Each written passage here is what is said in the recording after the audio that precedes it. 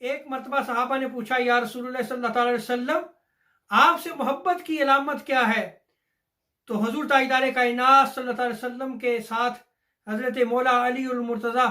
کرم اللہ وجہ کریم کھڑے تھے، تو حضور صلی اللہ علیہ وسلم نے مولا علی کے کندھے پہ ہاتھ رکھ دیا، گویا ارشاد فرمایا کہ یہ علی میری محبت کی علامت ہے، اگر تم علی سے محبت کرو گے تو مجھ سے محبت کرو گے۔ اور وہ اہل بیت کون کہ جن کی محبت کا ہمیں جو ہے وہ تاجدار کائنات صلی اللہ علیہ وسلم نے درس دیا، تعلیم دی، جن کے بارے میں تاجدار کائنات صلی اللہ علیہ وسلم نے ارشاد فرمایا کہ اپنی اولاد کو 3 محبتیں سکھاؤ، قرآن کی محبت سکھاؤ، اپنے نبی کی محبت سکھاؤ،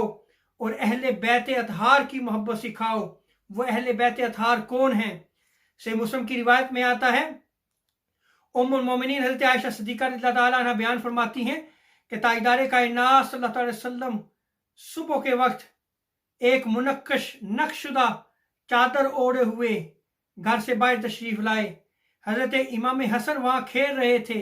حضور صلی اللہ علیہ وسلم نے حضرت امام حسن کو بلایا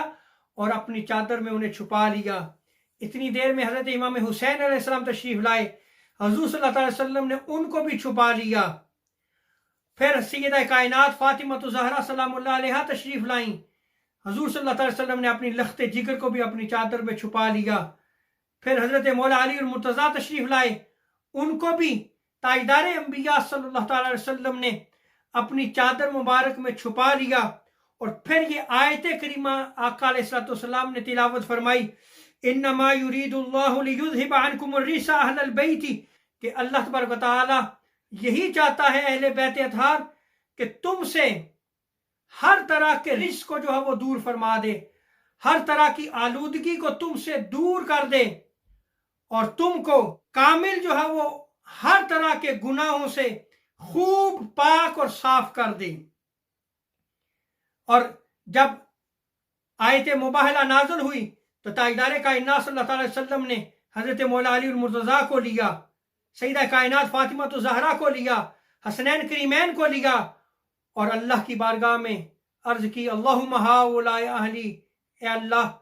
یہ میرے اہل بیت ہیں۔